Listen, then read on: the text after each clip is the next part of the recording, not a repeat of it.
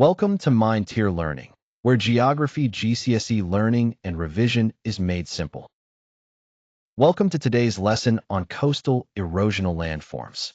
In this lesson, we are going to look at how waves shape the coastline by wearing away cliffs and rock. The coast is one of the most dynamic environments on Earth.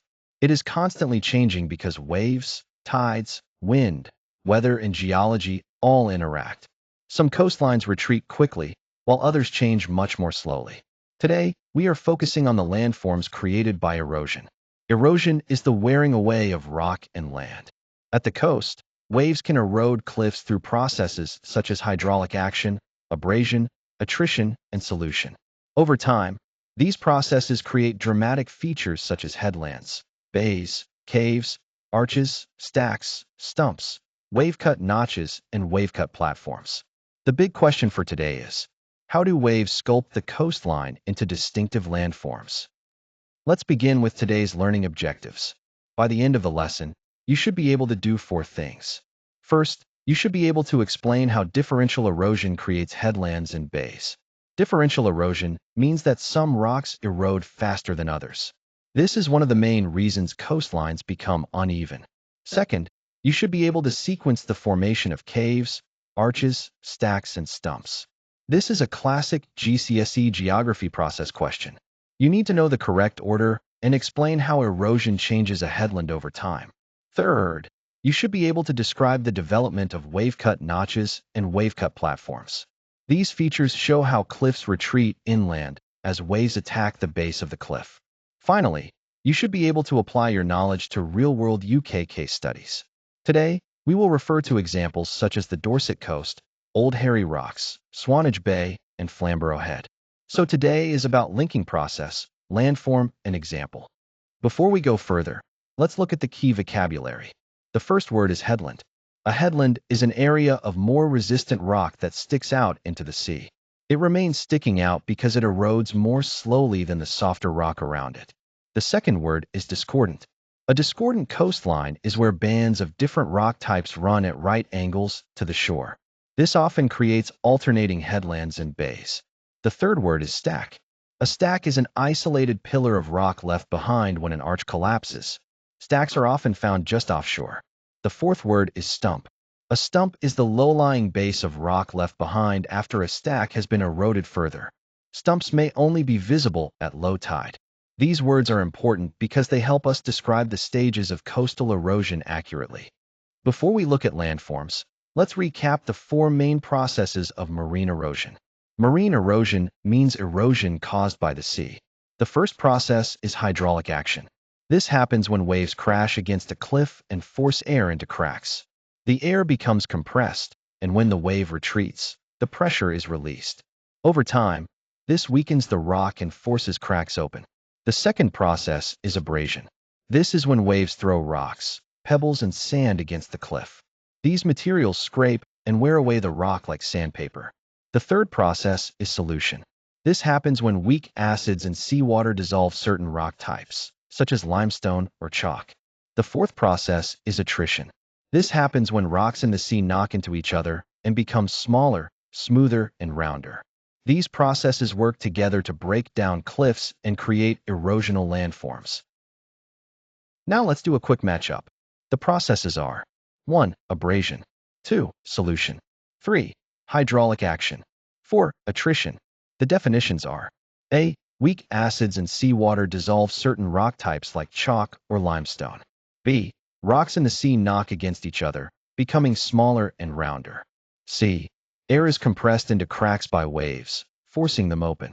D. Rocks and pebbles are flung against the cliff, wearing it away. Take a moment to match each process with the correct definition. Think carefully about the difference between abrasion and attrition. Abrasion wears away the cliff. Attrition wears down the rocks themselves. Let's go through the answers. Abrasion matches with D. Rocks and pebbles are flung against the cliff, wearing it away. Solution matches with A. Weak acids and seawater dissolve certain rock types like chalk or limestone. Hydraulic action matches with C. Air is compressed into cracks by waves, forcing them open. Attrition matches with B. Rocks in the sea knock against each other, becoming smaller and rounder. A simple way to remember this is hydraulic action is the force of water and trapped air. Abrasion is the sandpaper effect. Attrition is rocks hitting rocks. Solution is chemical dissolving. Now let's ask an important question. Why is the coastline uneven? If the sea eroded every type of rock at exactly the same speed, many coastlines would be much straighter. But in reality, coastlines are often jagged, with sections sticking out into the sea and other sections curving inland. This happens because different rocks have different levels of resistance. Some rocks are hard and resistant, such as chalk or limestone. These rocks erode more slowly.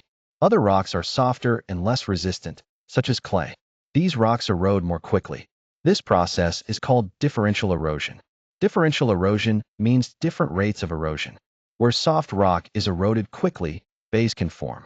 Where harder rock remains sticking out, headlands form. So geology controls the shape of the coastline. The sea provides the energy, but the rock type influences how quickly the coastline changes. Now let's look at headlands and bays. Headlands and bays often form on discordant coastlines. A discordant coastline is where bands of different rock types run at right angles to the sea. Imagine alternating bands of hard rock and soft rock facing the waves. The soft rock, such as clay, is eroded more quickly. This creates a bay. The hard rock, such as limestone or chalk, erodes more slowly. It is left sticking out into the sea as a headland. Bays are often more sheltered than headlands. Because wave energy is lower inside a bay, deposition often occurs there. This can create beaches. Headlands are more exposed to wave attack. Waves often approach headlands from different directions, concentrating energy on them. This means headlands are gradually eroded into caves, arches, stacks, and stumps. Now compare that with a concordant coastline. On a concordant coastline, rock bands run parallel to the sea. This often creates a straighter coastline because the outer rock layer protects the softer rock behind it. However, if the sea breaks through the hard outer layer, it can erode the softer rock behind and form a cove, such as Lulworth Cove. So the key point is, discordant coastlines often create headlands and bays because rock types erode at different rates. Now let's look at wave-cut notches and wave-cut platforms. Waves usually attack the base of a cliff most strongly between the high tide and low tide marks. Over time, hydraulic action and abrasion erode the base of the cliff, creating a small dent or hollow. This is called a wave-cut notch. As the notch gets deeper, the cliff above becomes unsupported. Eventually, the overhanging cliff becomes unstable and collapses. After the collapse, the cliff face has moved backwards. The process then repeats.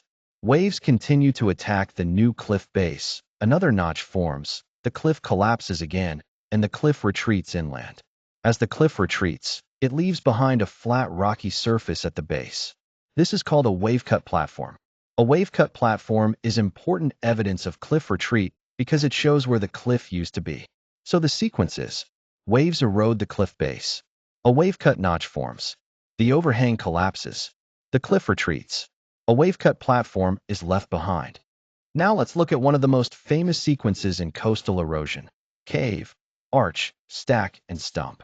This process usually happens on a headland. Headlands are exposed to strong wave attack, so cracks, joints, and faults in the rock are gradually widened. First, waves exploit a weakness in the rock. Hydraulic action forces air into cracks, and abrasion wears the rock away.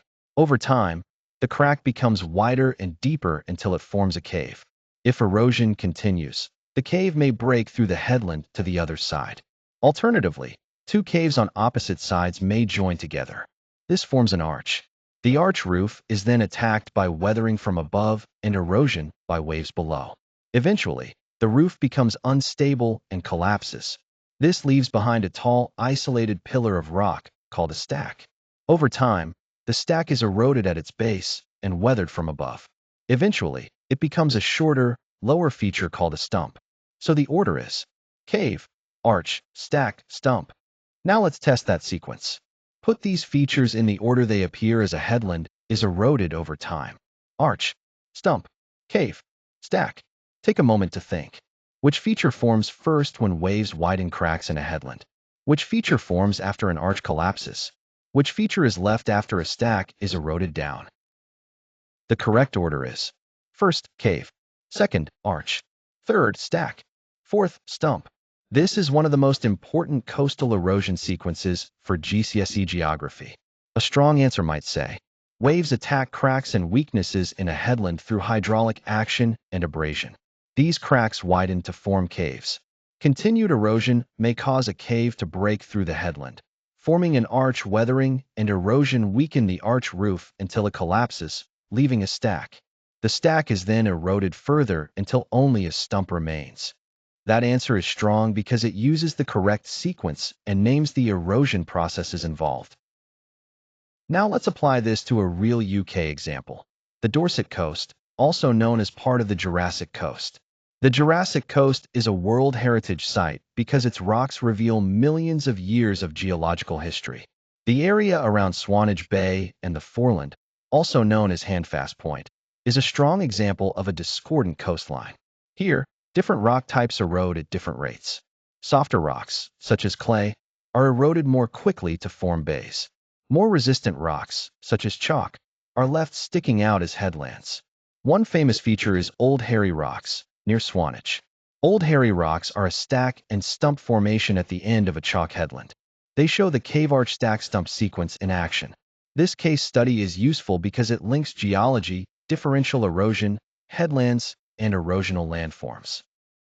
Another important UK example is Flamborough Head in Yorkshire. Flamborough Head is a large chalk headland on the east coast of England. Chalk is relatively resistant compared with the softer clays found nearby, such as along parts of the Holderness coast. Because the chalk erodes more slowly, Flamborough Head sticks out into the North Sea as a headland. It has many classic erosional landforms. The slide notes that Flamborough Head has over 1,000 caves, as well as numerous arches and stacks.